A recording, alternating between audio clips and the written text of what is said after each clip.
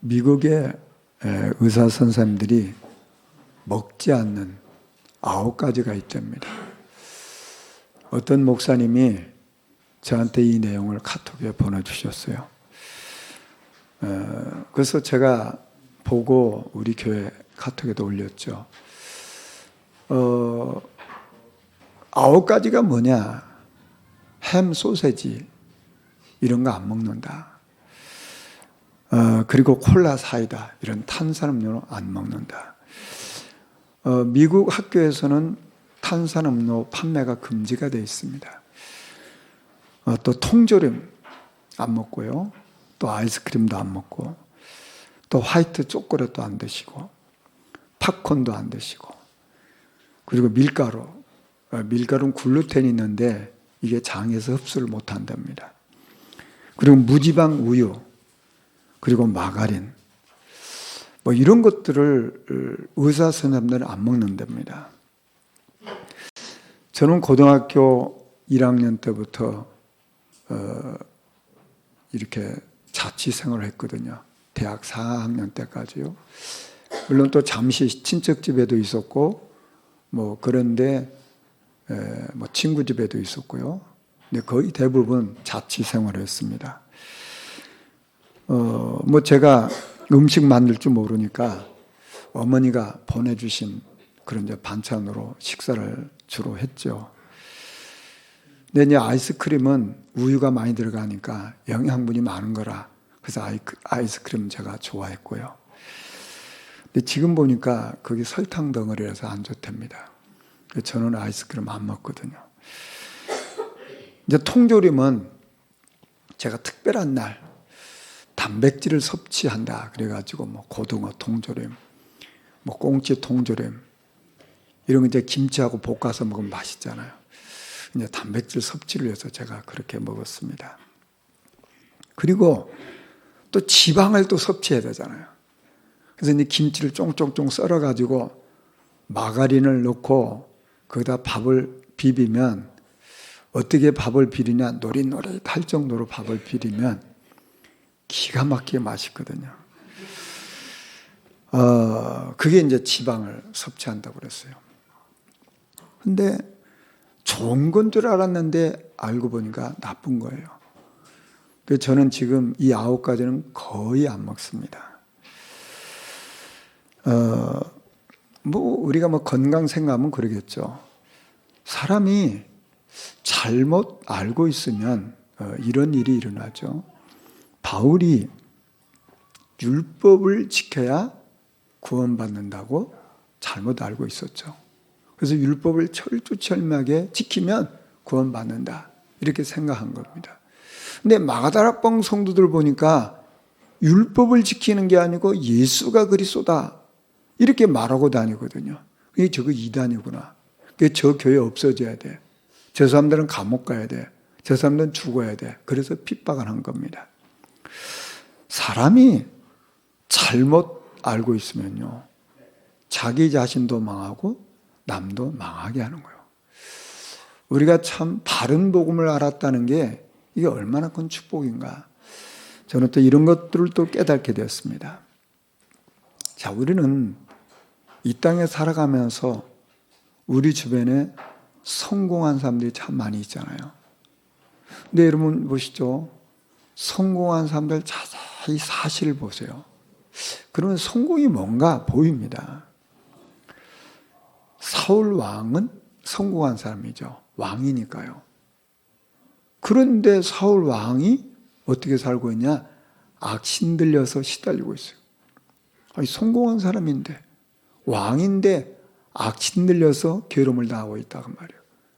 그래서 다윗이 찬양할 때 악신이 떠나잖아요. 그러니까 그 악신 들려서 괴롭던 그 머리가 맑아지는 거예요. 그러니까 다윗을 종종 부른 거죠.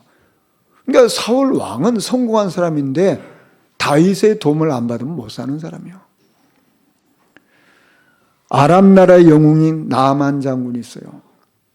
이 사람은 왕의 생명을 살려준 은인입니다. 이 아람 나라의 최고의 장군이요. 그런데 이 사람은 문둥병자입니다. 겉은 군복 입고 훈장 달고 대단한 사람인데 알고 보니까 문둥병 환자라. 이게 포로 잡혀간 한 소녀가 본 거예요.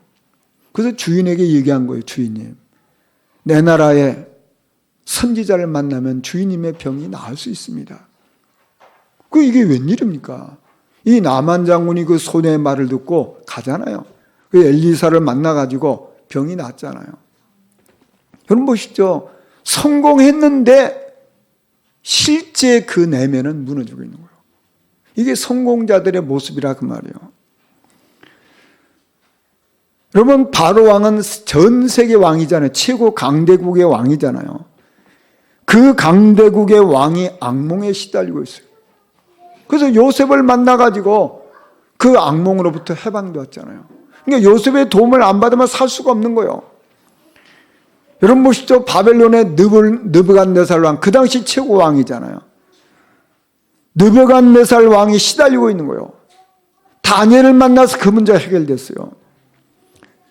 자, 성경은 우리에게 뭘 가르쳐주고 있습니까? 성공이 필요 없다 그런 얘기가 아니잖아요. 성공했는데 그 사람은 사실적으로 잘 정확하게 보니까 이 사람이 뭔가 시달리고 있다 그 말이에요. 그 성공한 것 가지고는 그 인생을 행복하게 살 수가 없다 그 말이에요. 여러분 보시죠. 성공했는데 알고 보니까 어려움을 당하고 있는 거예요. 여러분 보시죠. 우리 인간은 근원적으로 하나님의 은혜가 없으면 절대 행복해질 수가 없는 거예요. 우리는 세상적이고 육신적이고 물질적인 게 필요하잖아요. 우리에게 분명히 그게 필요한데 이런 것을 다 갖춘 사람은 행복하냐 그 말이에요. 그것만으로는 안 된다 그 말이에요. 아니, 임금님이 왜 시달려요? 임금인데요. 장군이 왜 시달리냔 말이에요. 장군인데요. 성공한 사람이 뭐가 부족해서 시달리냐 그 말이에요. 이 땅의 사람들은 겉으로 멀쩡하고 행복하고 성공하고 모든 걸 가진 것처럼 보이지만 그 내면을 자세히 보세요. 복음 없으면 절대 행복함이 없는 거예요. 그래서 이 사람들을 도와줄 수 있는 사람은 복음 가진 사람만이 도울 수 있어요. 여러분 보시죠. 그 아무 힘도 없는 소녀, 그 도움을 받아서 나만 장군이 남을 받아요. 감옥에 있는 요셉의 도움을 받아야만이 바로 왕이 도움을 받을 수 있다 그 말이요. 영적인 비밀을 가진 사람, 영적인 힘을 가진 사람의 도움이 없이는 사람들이 살 수가 없는 거예요. 그렇다면 저와 여러분이 대단한 일을 해야 되는 것이 아니라 내가 할 수 있는 것부터 시작하면 돼요. 자, 그렇다면 저와 여러분이 할 수 있는 게 뭡니까? 내가 필요 없는 것 버리고 가장 가치 있는 것 붙잡는 사람을 보고 바른 사람이라고 그래요. 필요 없는 걸 잔뜩 붙잡고 있고 가장 중요한 것은 버리고 있는 사람을 보고 어리석은 사람이라고 말해요. 그럼 우리가 버릴 게 뭐냐? 우리가 붙잡을 게 뭐냐? 이게 분명한 사람을 성령 인도받는 사람이에요. 역대하 16장 9절에 보면 여호와의 눈은 온 땅을 두루 감찰하사 전심으로 자기에게 향하는 자들 위하여 능력을 베푸신다고 했어요. 자, 어떤 사람이요? 전심으로 하나님을 향하는 사람을 하나님이 두루 찾아다니신다 그 말이에요. 여러분 보시죠. 우리는 배우지 못할 수 있어요. 우리는 나이가 많을 수도 있어요. 우리는 힘이 없을 수도 있어요. 그러나 하나님을 전심으로 바라볼 수 있는 건 누구든지 할 수 있는 거예요. 훌륭한 사람은 훌륭한 일을 하다 보니까 전심으로 하나님을 바라볼 수가 없을지도 몰라요. 그런데 연약한 사람도 하나님을 전심으로 바라볼 수가 있는 거예요. 하나님은 이렇게 하나님을 전심으로 바라본 사람을 찾아다니시는 거예요. 요한복음 4장 23절에 아버지께 참되게 예배하는 자들은 영과 진리로 예배할 때가 오나니 곧 이때라. 아버지께서는 자기에게 이렇게 예배하는 자들을 찾는다고 했어요. 자, 하나님은 어떤 사람을 찾아다니십니까? 예배하는 자를 찾는다고 말이에요. 자, 우리는 훌륭한 일, 대단한 일, 위대한 일을 할 수 없어도 예배 승리할 수 있잖아요. 이게 축복 아니냐 말이에요. 우리는 뭐 다른 사람이 못하는 걸 왜 내가 못하냐, 그럴 필요가 없어요. 내가 할 수 있는 일이 뭐냐 말이에요. 저와 여러분은 아무것도 없고 무능하고 가난해도 배우지 못해서 할 수 있는 게 있어요. 그게 뭡니까? 전심으로 하나님을 바라볼 수 있어요. 우리는 예배할 수 있다 그 말이에요. 우리는 훌륭한 일을 할 수 없어도 하나님을 바라보고 하나님 앞에 예배할 수 있단 말이에요.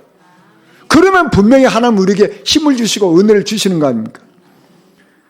그래서 시편 84편 10절에 주의 궁정에서의 한 날이 다른 곳에서 천날보다 나은즉 악인의 장막에 사는 것보다 내 하나님의 성전 문지기로 있는 것이 좋다고 고백했어요.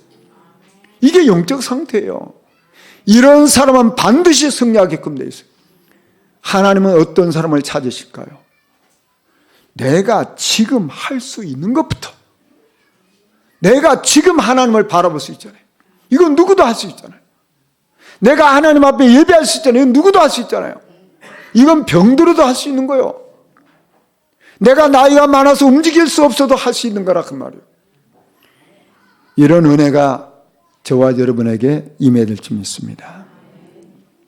우리는 그렇다면 하나님이 무엇을 우리에게 말씀하시냐, 우리에게 일어나는 일, 우리가 보고 있는 모든 일 속에는 하나님의 의미가 있습니다. 여러분 혹시 며칠 금식을 해본 적이 있으십니까? 며칠 이렇게 금식을 해보면요, 이제 금식한 다음에 이제 밥을 먹잖아요. 그러면 그 밥 한 숟갈, 그 쌀 한 톨이 너무너무 나에게 소중해요. 평상시에는 그냥 모르고 먹잖아요. 근데 며칠 금식하고 나서 그 밥을 한 숟갈 먹으면요, 내가 참 이게 먹고 산다는 게 너무 감사하구나, 이런 생각이 드는 거예요. 저와 여러분이 은혜를 풍성히 받고 이게 나가보면요, 풀 하나도 너무너무 아름답구나, 저 하나님이 저렇게 아름다운 풀을 만드셨구나, 그 찬양이 우리도 모르게 나오잖아요. 옛날에 어르신들은 먹을 것이 없을 만큼 가난하셨어요. 우리 렘넌트들은 그걸 잘 이해할 수 없을지도 몰라요. 옛날 어르신들은 먹을 게 없어가지고 금식이 아니라 먹을 게 없어서 굶는 일이 많았어요. 이제 이렇게 사시다 보니까 그 쌀 한 톨이 중요하잖아요. 귀하잖아요. 저는 어릴 때 밥 먹다가 이렇게 밥 이렇게 흘리면 그냥 놔뒀거든요. 우리 아버지가 야, 그거 다 먹으라고 하는 거예요. 하나도 남겨 다 먹어라. 싹싹 쓸어서 다 먹어라 그러는 거예요. 왜냐하면 그 어려운 시절을 사셨기 때문에 그 밥 한 톨 한 톨이 너무 소중한 거예요. 다 먹어라 그러는 거예요. 제가 이렇게 젊은 전도사로 있을 때 우리 학생들 제가 지도를 했잖아요. 그러면 학생들 데리고 이제 수련회 이렇게 가잖아요. 그러면 제가 이제 그런 게 있으니까 정말 복음도 설명하지만 삶에 대한 얘기도 하잖아요. 그래서 이제 밥을 딱 할 때, 야, 너희들이 먹을 만큼 퍼가라. 반찬도 먹을 만큼 퍼가라. 그리고 퍼갔으면 다 먹어라. 이거 다 안 먹으면 벌칙을 준다. 그러니 그런 걸 했어요. 애들이 그냥 막 밥도 막 퍼가고 막 반찬도 퍼가고 또 대충 먹잖아요. 근데 이거 안 된단 말이에요. 먹을 만큼 퍼가라. 그래서 먹을 만큼 퍼가서 다 먹어라. 이게 이제 훈련이라. 왜 제가 이런 얘기를 합니까? 여러분, 우리가 체질을 바꾸는 것이 뭐냐? 나에게 일하는 모든 일을 소중하게 생각할 때 이것이 습관될 때 체질이 바뀌는 가장 지름길이에요. 러시아에 혁명을 모의했다는 혐의로 총살형을 선고받은 한 청년이 있었습니다. 이제 사형을 집행을 하게 됐어요. 근데 사형 집행관이 이 사형수인 청년에게 얘기해요. 너에게 앞으로 5분간 시간을 준다. 5분 후에는 사형을 집행하겠다. 이 청년이 이제 내가 5분 사는구나. 5분을 어떻게 내가 보낼까? 절박하잖아요. 2분은 나를 구원하시고 내 인생 이끌어 가신 그 하나님께 감사 기도를 해야 되겠다. 1분은 나를 키워주신 부모님, 형제들을 생각하겠다. 2분은 이제 나머지 삶을 내가 정리하겠다. 이렇게 생각하고 하나님 앞에 눈물로 감사하면서 기도했어요. 2분이 지났어요. 3분 남았잖아요. 근데 그때 황제 특명이 내려가지고 이 사형 집행을 취소하게 됐어요. 그래서 이 사람이 죽지 않고 살았어요. 여러분, 인생이 이런 절박한 경험을 하고 나면 사람이 모든 보는 게 달라요. 생각하는 게 달라요. 이분이 그렇구나. 내 삶이 너무 소중하구나. 이 소중한 삶을 정말 아름답게 가꿔야 되겠다. 이게 이제 다른 사람하고 다르게 강하게 부딪힌 거예요. 그래서 이 사람이 막 글을 쓰기 시작했어요. 그 사람이 쓴 글이 죄와 벌, 까라마조프 형제들, 이런 글을 낸 사람이에요. 여러분 아시죠? 러시아의 도스토옙스키라고 하는 작가입니다. 이 사람은 자기가 그런 절박한 죽음을 경험했기 때문에 인생을 굉장히 의미 있게 사는 거예요. 저와 여러분이 이 땅에 살아가면서 정말 우리 인생을 의미 있게 이렇게 살아가는 것 참 복 있는 겁니다. 꼭 이거 우리는 찾아내셔야 돼요. 인도를 받으셔야 된단 말이에요. 오늘 성경에 보면 하나님이 모세에게 이 바로의 마음이 완강해져서 내 백성을 보내지 않는다. 그러니 너는 아침에 일찍 저 바로에게 가라. 네가 강가에 가게 되면 저 바로가 강으로 나올 것이다. 그러면 네가 나가서 그를 맞으면서 그 뱀되었던 지팡이를 들고 가라. 가서 말을 해라. 가서 반드시 이 말을 전해주라 그 말이에요. 히브리 사람의 하나님 여호와께서 나를 왕에게 보냈습니다. 내 백성을 보내주십시오. 그들이 광야에서 하나님을 섬기게 될 것입니다. 이 말씀을 임금님에게 전했는데 임금은 지금까지 말을 듣지 않으셨습니다. 이걸 빨리 하십시오. 하나님 나를 보내셨습니다. 그리고 임금님이 바로 이 말씀을 듣지 않고 그러면 결국은 이런 사건을 통해서 나를 여호와인 줄 알게 될 것입니다. 이 말을 전하라는 거예요. 그래서 이제 이 모세가 바로에게 가서 전하잖아요.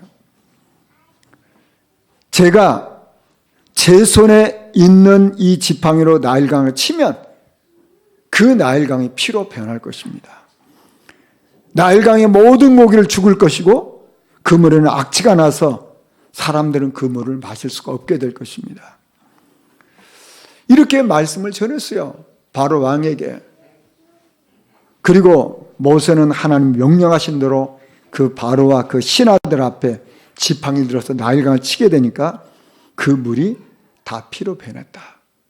이게 오늘의 말씀이에요.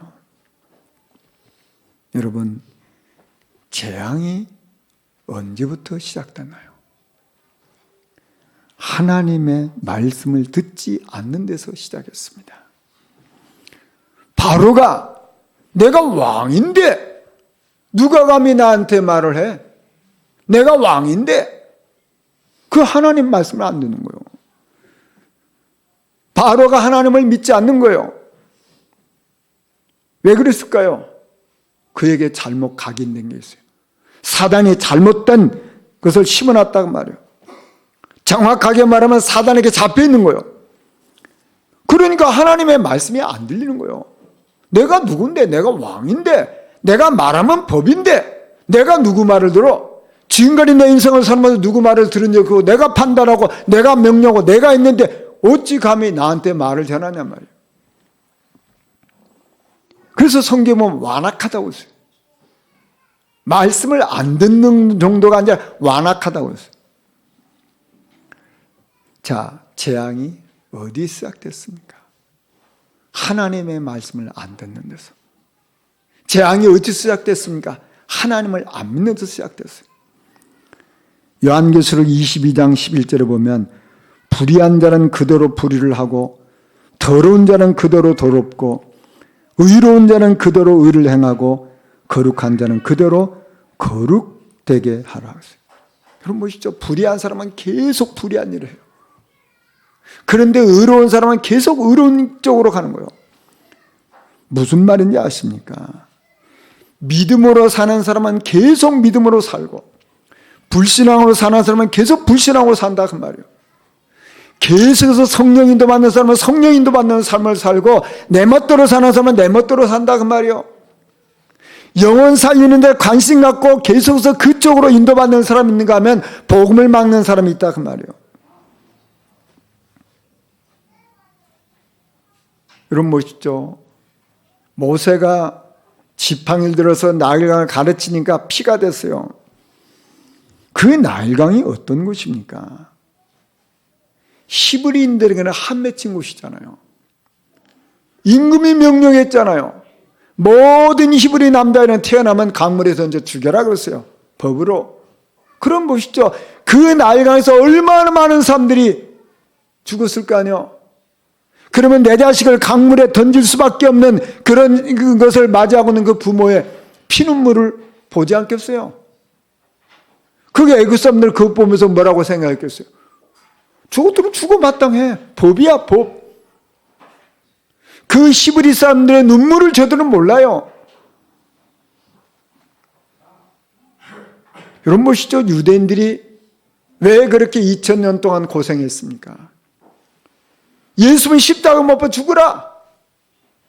그 죄값을 나와 우리 후손들에게 돌려란 말이에요. 그 저주가 임했단 말이에요. 여러분, 그 나일강에 히브리인의 모든 아이들이 던져졌어요. 맞으면 순교를 당한 거죠. 그 순교의 피는 절대 헛되지 않습니다. 스데반 집사님은 순교를 당했잖아요. 그 순교의 피로 말미암아 바울이 회개했어요. 그 순교의 피로 말미암아 안디옥 교회가 탄생했어요. 저는 믿음 안에 살고 있는 믿음 가진 자들의 헌신과 수고와 땀은 절대 헛되지 않는다고 저는 믿습니다. 이사야 65장 23절에 그들의 수고가 헛되지 않겠고 그들이 생사한 것이 재난을 당하지 아니하리니 그들은 여호와의 복된 자의 자손이요 그들의 후손도 그들과 같을 것입니다. 하나님은 모세에게 말씀했어요. 너는 바로에게 가서 말하라 그랬어요. 뭘 말하라는 겁니까? 피제사 말하라 그 말이에요. 자 보시죠. 하나님은 모세에게 너 가서 싸워라 그렇게 말씀하지 않았어요. 너 가서 바로를 꺾으라 그렇게 말씀하지 않았어요. 가서 전해라. 가서 말하라 그 말이요. 싸우라고 하면 모세는 능력이 없잖아요. 꺾으라면 힘이 없잖아요. 근데 가서 전하라 말하라 그건 누구든지 할 수 있잖아요. 자, 그렇다면 사단의 목적이 무엇일까요? 가지 못하게 하는 거예요. 하나님은 모세에게 가라고 하는데 모세가 나는 못 갑니다. 왜 그랬을까요? 사단에게 속아서요. 모세 너는 가서 말을 해라. 저는 말을 못해요. 왜 그랬을까요? 사단에게 속아서요. 똑같지 않습니까? 가라고 하는데 안 가는 거예요. 말하라고 하는데 말 안 하는 거예요. 왜요? 사단에게 속아서요. 어느 날 이걸 깨달았잖아요. 모세가 이게 내 능력이 아니구나. 내 방법이 아니구나. 내가 가서 말하기만 하면 전하기만 하면 하나님이 하시는구나. 이건 내 능력이 아니구나. 내가 말 잘하고 안 하고 그것과 상관없는 거구나. 이걸 깨달은 거예요. 사단의 목적이 뭘까요? 이 말씀 전에도 듣지 못하고 믿지 못하게 하는 거예요. 왜요? 이 사단이 사람의 그 영혼을 사로잡아서 혼미케 해가지고 이 복음의 말씀 못 듣게 한다고 말이에요. 그래서 로마서 10장 15절에 보면 아름답도다 좋은 소식을 전하는 자들의 발휘함과 같으니라. 우리가 정말 이 복음을 전하러 가는 그 발이 아름답다 그 말이요. 우리 능력이 아니라 그 말이요. 우리가 가서 이 말씀을 복음을 전하면 분명히 하나님이 구원하시고 작정한 자는 살아난다 그 말이요.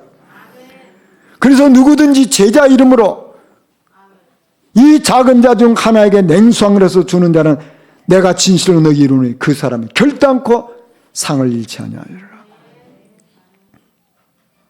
모세는 내 능력이 아니라는 걸 알았어요. 하나님이 네가 들고 있는 지팡이 가지고 가서 말하라 그랬어요. 여러분 지팡이 그 자체가 능력이 있는 게 아니에요. 하나님 말씀이 능력이 있다 그 말이에요. 하나님이 만약에 종이 한 장 들고 가라 그래도 하나님 역사하신다 그 말이에요.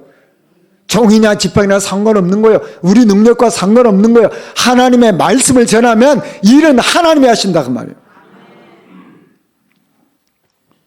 그래서 하나님의 목적이 뭡니까? 이 백성들이 나를 섬길 것이니라. 광야에 가서 이 백성들이 나를 섬길 것이냐. 무슨 말입니까? 예배 회복할 것이라 그 말이에요. 애굽 사람들은 나일강이 신입니다. 애굽 사람들은 이 나일강이 어머니 신이에요. 풍요의 신이라 그 말이에요. 그래서 이 나일강은 애굽 사람들의 예배의 대상이에요. 그래서 나일강을 숭배했어요. 하나님이 그들이 숭배하는 그들이 신으로 모시고 있는 나일강을 갖다가 피가 되게 만들었단 말이에요. 그 속에는 물고기 다 죽었어요. 악취가 나서 마실 수가 없어요. 뭘 말합니까? 애굽 사람들이 믿는 우상은 아무것도 아니라 그 말이에요. 너희에게 풍요를 갖다 주고 그것이 모든 것이 된 줄 알았는데 그게 신인데 아무것도 아니라 그 말이에요. 그래서 물을 피로 만들어버린 거예요. 그리고 이스라엘 백성들이 왜 노예가 됐습니까? 복음을 놓쳤어요. 예배를 놓쳤단 말이에요. 그래서 하나님 떠난 거예요. 하나님 떠난 인생은 절대 안 된다 그 말이에요. 모든 문제의 근원이 어디 있습니까? 하나님 떠난 거예요. 이 백성이 왜 망했어요? 호세아 4장 6절은 내 백성이 지식이 없으므로 망한다고 했어요. 어떤 지식입니까? 하나님 아는 지식이 없어서 망한다 그 말이에요. 이 사단을 꺾으신 만왕 왕되신 그리스도를 아는 지식이 없어서 망한다 그 말이에요. 죄의 저주를 해결하신 그리스도를 아는 지식이 없어서 망한다 그 말이에요. 지옥 갈 수밖에 없는 운명을 해결하는 그리스도를 알지 못해서 망한다 그 말이에요. 그래서 호세아 6장 3절에 그러므로 우리가 여호와를 알자 힘써 여호와를 알자 그의 나타나심과 새벽빛같이 어김없나니 비와 같이 땅을 적시는 늦은 비와 같이 우리에게 임하시리라. 우리가 정말 알아야 될 게 뭐냐 말이야. 하나님을 알자 말이야. 하나님을 힘써 알자 말이야. 우리가 세상에 뭔가를 막 추구하고 애쓰잖아요. 왜요? 살아가려고. 근데 하나님을 아는 데는 관심이 없잖아요. 여러분 그렇지 않냔 말이에요. 하나님을 아는 지식이 없어서 망하는데 그 하나님을 모른다 그 말이에요. 그 하나님을 아는 지식을 가진 사람은 영적 힘이 오고 그 하나님을 알게 되면 능력을 받고 증인된다 그 말이에요. 요한복음 17장 3절에 영성으로 유일하신 하나님과 그가 보내신 자 예수 그리스도를 아는 것이니라. 예수 그리스도를 아는 것이 영성이에요. 그게 하나님의 일이라 그 말이에요. 인간은 절대적으로 하나님을 의존해야 될 존재예요. 하나님 없이는 절대 살 수가 없다 그 말이에요. 그래서 저는 이번 주간에 시편 30편 12절을 붙잡고 인도받습니다. 그 11절에 보면 주께서 나의 슬픔이 변하여 내게 춤이 되게 하시며 나의 벼슬 벗기고 기쁨으로 띠띠우셨나이다. 이는 잠잠하지 아니하고 내 영광으로 주를 찬송하게 하심이니 여호와 나의 하나님이여 내가 주께 영원히 감사하리이다. 슬픔이 변하여 춤이 되게 하셨다. 누가요? 하나님이. 나의 베옷을 벗기고 기쁨으로 띠띠우셨습니다. 이 베옷은 언제 입는 줄 아십니까? 재앙이 임했을 때 베옷을 입어요. 저주를 받을 때 베옷을 입어요. 그런데 그 베옷을 벗기고 기쁨으로 띠띠우셨나이다. 누가요? 나의 모든 슬픔을 변하여 춤이 되게 하시고 나의 모든 저주와 재앙을 벗기시고 기쁨으로 띠띠우신 그 하나님, 이걸 깨달은 다윗이 잠잠하지 아니하고 내 영광으로 주를 찬송하게 하시니 여호와 나의 하나님이여 내가 주께 영원히 감사하리이다. 저와 여러분의 노래가 될 줄 믿습니다. 오늘 저는 찬송가 335장을 선택했어요. 오 놀라운 나의 구주, 크고 놀라운 평화가 내게 있네. 이 세상에는 없는 그 평화. 그래서 오 놀라운 나의 구주, 그 예수 높였어요. 아마 다윗이 이렇게 찬양했을 거 아닙니까?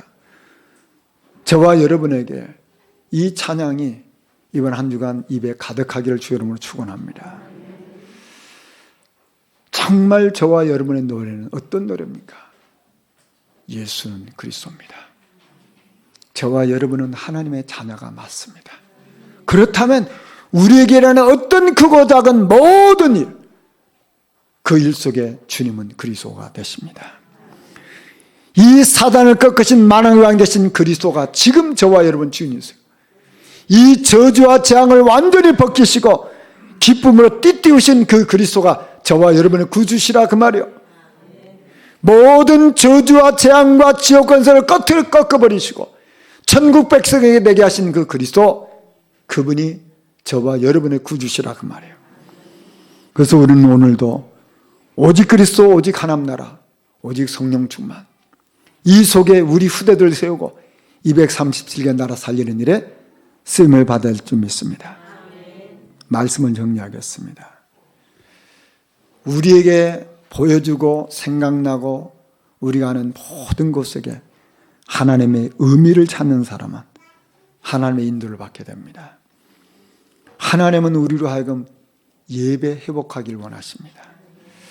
그래서 찬송할 수밖에 없는 이런 은혜가 이번 한 주간 풍성하기를 주님은 원하십니다. 이 축복 누리시길 주 여러분 축원합니다. 우리 말씀 생각하시면서 잠깐 기도하시겠습니다.